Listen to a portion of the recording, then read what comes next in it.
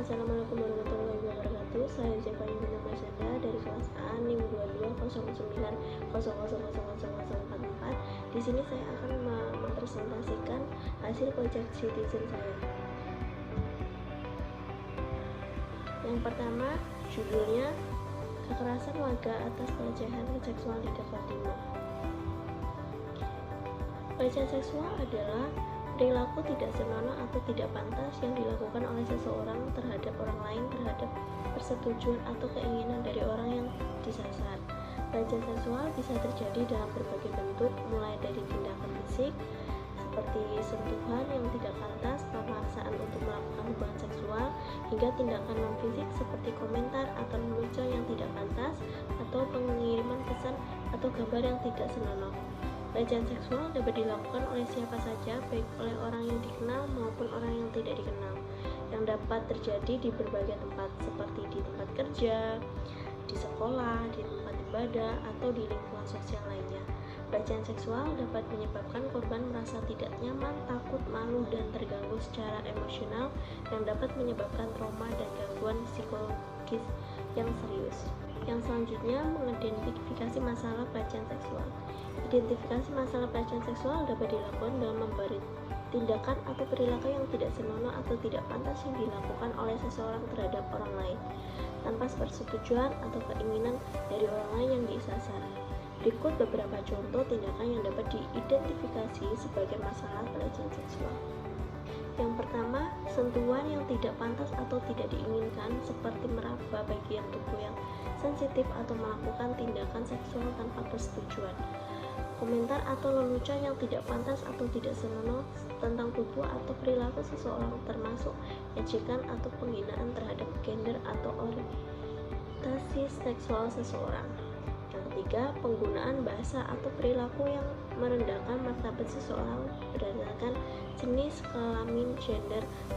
Yang keempat, pemaksaan untuk melakukan hubungan seksual atau aktivitas seksual yang tidak diinginkan atau tidak dipersetujukan. Selanjutnya, pengiriman pesan atau gambar yang tidak senonoh atau tidak pantas melalui media sosial atau pesan teks. Yang keenam atau yang terakhir, pemaksaan untuk melakukan aktivitas seksual sebagai syarat untuk mendapatkan pekerjaan, promosi, atau kesempatan lainnya. Penting diingat, hanya pelecehan seksual dapat terjadi di berbagai tempat, termasuk di tempat kerja, sekolah, di tempat ibadah, atau di lingkungan sosial lainnya. Jika seseorang mengalami tindakan atau perilaku yang dapat diidentifikasi sebagai masalah pelecehan seksual, penting untuk segera melaporkan kepada pihak yang berwenang atau mencari bantuan dari organisasi atau lembaga yang memiliki pengalaman dalam menangani kasus pelecehan seksual. Berikut terjadi juga adanya pelecehan seksual di kejadian serupa pada desa Bekasimo. Berikut wawancaranya. Assalamualaikum warahmatullahi wabarakatuh. Perkenalkan, nama saya Zevanya Bintang Marsanda. Saya di sini akan menyelesaikan tugas Project Citizen yang berjudul Keresahan Warga Atas Pelecehan Seksual Remaja di Daerah Tegal Limau. Di sini saya sudah bersama narasumber saya dan saya akan menanyakan beberapa pertanyaan. Yang pertama, atas kronologi kejadian tersebut. Oke, kejadian tersebut terjadi pada malam hari di mana ada dua perempuan yang menaiki sepeda pulang dari rumah temannya. Sesampainya di kawasan Tegal Limau yang terkenal sepi, mereka tidak sadar bahwa di belakang mereka dibuntuti oleh seorang bapak-bapak mengendarai sepeda beat. Sesampainya di lokasi kejadian, di tengah perjalanan, bapak ini melancarkan aksinya dengan memepet sepeda korban, lalu memegang area payudara korban. Korban merasa syok, terdiam, lalu meminta temannya untuk mengendarai sepedanya secara cepat sampai keluar dari lokasi tersebut. Sampainya di perumahan, mereka langsung pulang ke rumah masing-masing dan beritanya tersebar sampai sekarang. Di sini saya akan melontarkan beberapa pertanyaan. Yang pertama, bagaimana supaya kasus pelecehan seksual bisa diminimalisir pada tempat umum? Mungkin satu, korban dapat melakukan perlawanan terhadap pelaku dengan cara apapun. Yang kedua, langsung bisa melapor ke pihak berwajib. Baik, yang kedua, menurut kamu sendiri, apa alasan orang melakukan pelecehan seksual, apalagi itu di tempat umum? Menurut saya, pelaku melakukan pelecehan seksual karena mungkin tidak mendapat tempat melampiaskan hawa nafsunya sampai akhirnya pelaku bisa melakukan hal tersebut di tempat umum. Baik, untuk yang ketiga, apa dampak negatif dan positif dari kejadian yang sempat meresahkan masyarakat atas pelecehan seksual tersebut? Oke, untuk dampak negatifnya tentu saja pada korban mengalami trauma. Kedua, di lingkungan masyarakat juga membuat resah pada masyarakat sekitar. Baik, Untuk dampak positifnya itu mungkin bisa berhati-hati, terutama untuk perempuan. Untuk pulang malam kalau bisa harus ada temannya laki-laki yang bisa mengantar pulang untuk lewat jalur tersebut. baik. Sekarang poin yang keempat atau yang terakhir, menurut kamu nih, bagaimana upaya atau langkah yang dapat dilakukan atau memperkuat perlindungan di masyarakat agar tidak kejadian ini tidak terjadi lagi? Oke, untuk upaya yang dapat dilakukan, yang pertama mungkin memang di daerah tersebut penerangannya sangat minim. Mungkin pihak di daerah sana untuk meningkatkan penerangan di daerah sana untuk tidak terlalu sepi, tidak terlalu gelap. Jadi mungkin harus ada pengamanan dari masyarakat sekitar.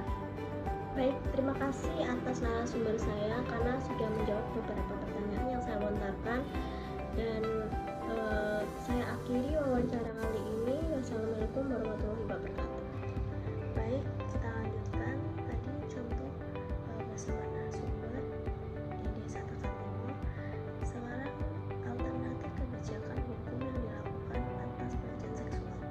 Yang pertama ada Undang-Undang Nomor 13 Tahun 2006 tentang perlindungan seksi dan korban, mengatur tentang pelecehan seksual pasal 7 ayat 2 dari UU tersebut, kekerasan seksual. Yang kedua, pasal 28 KUHP juga membuat ketentuan mengenai pelecehan seksual. Yang ketiga, pasal 82 Undang-Undang Nomor 35 Tahun 2014 tentang perubahan atas Undang-Undang Nomor 23 Tahun 2022 tentang perlindungan anak yang mengatur tentang kekerasan seksual terhadap anak. Dan yang terakhir, kebijakan anti pelecehan seksual. Baik, selanjutnya ada usulan kebijakan pelecehan seksual. Yang pertama, menerapkan kebijakan zero tolerance terhadap pelecehan seksual. Kebijakan ini dapat memberikan sanksi tegas bagi pelaku pelecehan seksual, termasuk pemecatan dari pekerjaan atau tindakan hukum lainnya. Yang kedua, penerapan pelatihan dan pendidikan tentang pelecehan seksual. Pelatihan dan pendidikan ini dapat membantu meningkatkan kesadaran dan pemahaman tentang pelecehan seksual, serta membantu mencegah terjadinya pelecehan seksual. Yang ketiga, membuat panduan tentang tindakan yang harus diambil jika terjadi pelecehan seksual. Panduan ini dapat membantu korban atau saksi melapor pelecehan seksual dengan tepat dan mendapatkan bantuan yang cepat. Yang keempat, membuat mekanisme pelapor yang mudah diakses. Mekanisme pelapor yang mudah diakses seperti undang khusus membantu korban atau saksi melapor pelecehan seksual dengan cepat dan mudah. Yang kelima, menyediakan dukungan untuk korban pelecehan seksual. Mendukung seperti konseling atau akses ke layanan media dapat membantu korban pelecehan seksual mengatasi trauma dan memulihkan diri. Yang keenam, melakukan investigasi atau tindakan yang cepat dan adil dapat membantu memastikan bahwa pelaku pelecehan seksual ditindak dengan tepat dan adil. Yang terakhir, membuat lingkungan yang aman dan inklusif. Lingkungan yang aman dan inklusif dapat membantu mencegah terjadinya pelecehan seksual dan menciptakan lingkungan yang aman bagi semua orang.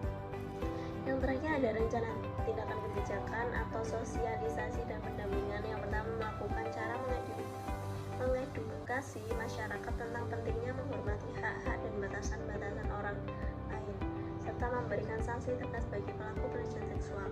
Yang kedua, memberikan dukungan dan bantuan kepada korban, baik secara emosional maupun praktis. Pendampingan dapat dilakukan oleh para ahli seperti psikolog, konselor, teman, atau keluarga korban. Sosialisasi pelecehan seksual dapat dilakukan melalui berbagai cara, seperti kampanye sosial, seminar, diskusi, atau dari media sosial. Tujuannya akan memberikan informasi tentang jenis pelecehan seksual, dampak, dan tanda-tandanya. Untuk dari sisi perintah, yang pertama memberikan akses penerangan jalan seperti lampu jalan, raya agar kejadian tersebut tidak terjadi kembali. Yang kedua, meningkatkan pengawasan dan penegakan pelaku pelecehan seksual, memastikan bahwa mereka diadili dan diberikan sanksi yang sesuai dengan undang-undang. Yang ketiga, membuat kebijakan atau program pelecehan seksual seperti pelatihan bagi pekerja. Dan yang terakhir, pemerintah dapat menerapkan undang-undang untuk mengatur tentang pelecehan seksual.